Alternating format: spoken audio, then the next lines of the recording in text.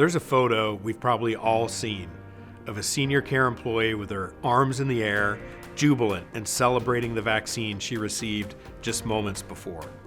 Nothing captures better all the emotions of that day when hope was finally on the horizon and our vaccine clinics offered a huge step on the road to recovery. But getting to that moment meant overcoming countless hurdles, many of which seemed impossible. And it was the culmination of the contributions and sacrifices of every employee. This is that story. We were in a pandemic the likes of which none of us have ever experienced, and it hit the people we serve the hardest, the seniors that live in skilled and assisted living facilities. At the start of our vaccine efforts, almost 1/3 of hospitalizations and 40% of COVID deaths were linked to seniors in care facilities. So people were scared and they were tired to the point of exhaustion. But the vaccines brought hope, so we were determined to do our part and deliver it as quickly and safely as possible. To do that, we had to fight for the right to distribute the vaccine. We ended up being one of only 7 long-term care pharmacies in the country to be approved by the CDC to supply vaccine. Why did we fight? Quite simply, it was the right thing to do. We were committed to getting out in front and leading. Waiting around for others to take action was just not an option. In mobilizing this effort, we knew there would be challenges, but as it turned out, there were more than we would ever know. So the battle plan took shape one step at a time, tackling 1,000 little details. The challenges included learning how to manage an incredibly fragile vaccine that was a very precious commodity with both pragmatic concerns around it and a lot of emotion swirling around it as well. We needed to create a software package that could take this entire process digital, track consents, form vaccine rosters, and know exactly who and how many people were at each clinic site each day. We had to convince public health authorities, including governors and regulatory bodies, that long-term care pharmacies like Consonas were the right answer to distribute this important vaccine.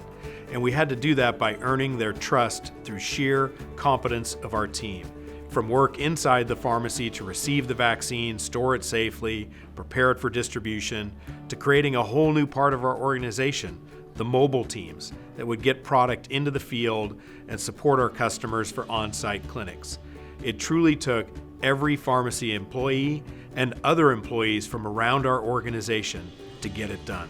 It was a huge investment. At the end of the day, we'll likely spend at least 2 times what we will be paid for the effort.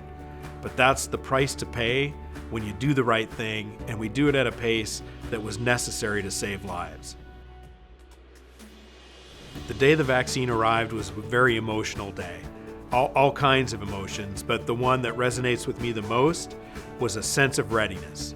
We had prepared, we'd practiced, and now it was our time to shine, and shine we did.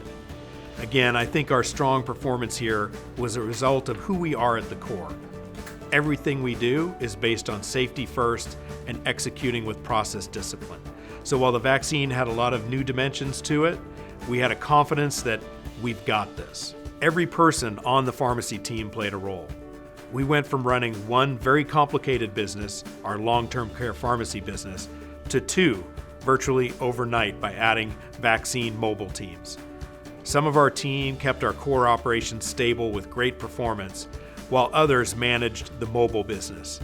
And we got extensive help from people in other business units. So it's clear our roll up the sleeves, get it done culture is a characteristic we all share. Our first clinic was on December 21st, 2020. It was one of the very first in the country and at least a week ahead of our national competitors. There were a lot of emotions that first day, and definitely excitement was one of them. And I think we were all too busy to be apprehensive. We were running on adrenaline for sure, but I think collectively, we're just excited and happy for the opportunity to do our part in battling the pandemic. One of the first residents to be vaccinated in Oregon was a Pearl Harbor veteran named Ed. He had been a hero on that day at Pearl Harbor, and he was ready to be a hero again at the first vaccine clinic. And through his service and bravery that day, we owed it to him to return the favor and get him the protection he deserved. It turns out distributing the vaccines was just half the battle. The other half was getting people to take the vaccine. COVID's a very scary thing, but there was also a great deal of fear and apprehension and oftentimes misinformation about the vaccine itself. So we had to not only get the vaccine to the front doorstep, but we had to provide information that encouraged each individual to take the vaccine. At the beginning, residents and staff rates were about 85% and 60% respectively, so higher than the national averages, but not as high as we'd like. So through a combination of science-based factual information, delivered in some cases with emotional appeal, helped push those levels to an industry-leading 90+% for residents and 80% for staff. When we developed our planes, trains, automobiles, and RVs strategy, we were balancing several competing priorities. How do we move quickly? How do we help customers with clinics and at the same time protect our own staff and prevent becoming a source of the spread? And how do we do it in states as large and diverse as Oregon and Washington and Nevada? The idea of a mobile clinic was born. So we secured 11 RVs to serve as mobile reconstitution labs. And we supplemented that RV strategy with SUVs that could help us navigate through tough weather. It was all part of a do-whatever-it-takes approach to getting to the finish line. The logistical challenges were immense.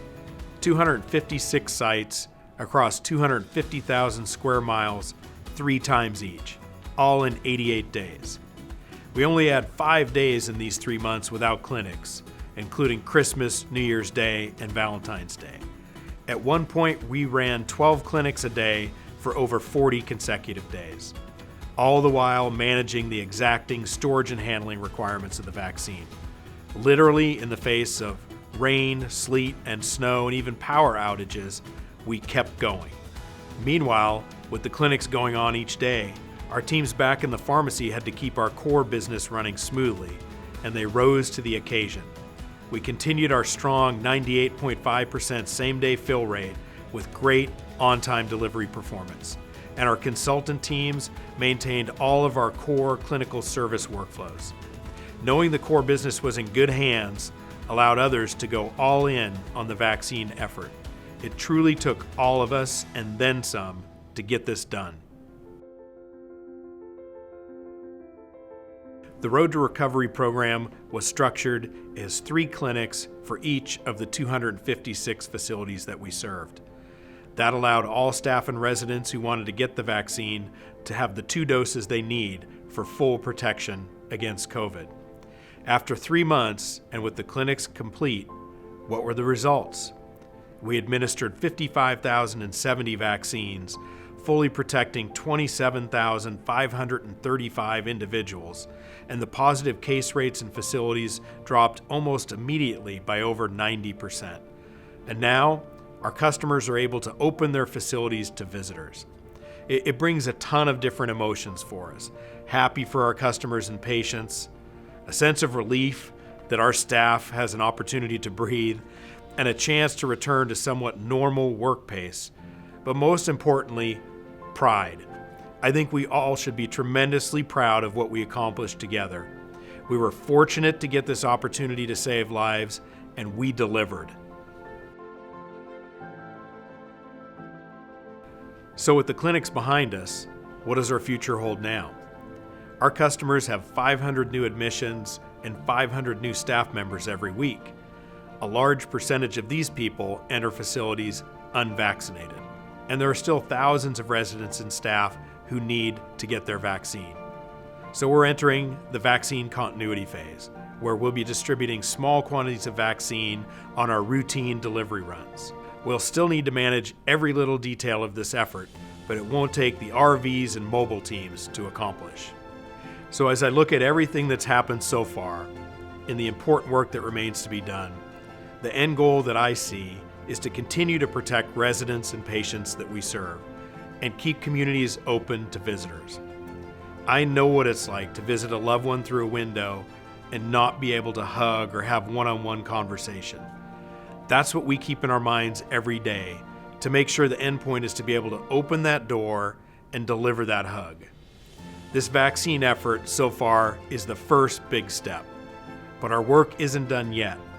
We're moving on to phase 2 to protect new residents and new staff and make sure we continue to make progress in protecting this important population. If I had every person involved in the Road to Recovery effort sitting in front of me right now, I would say to you that in September of 2020, we received a call to action. A call to action to save lives. And we answered. We all answered in a big way. In fact, we led the way. And that's something that we can all be extremely proud of. And I would say on behalf of our customers and the seniors they serve, thank you.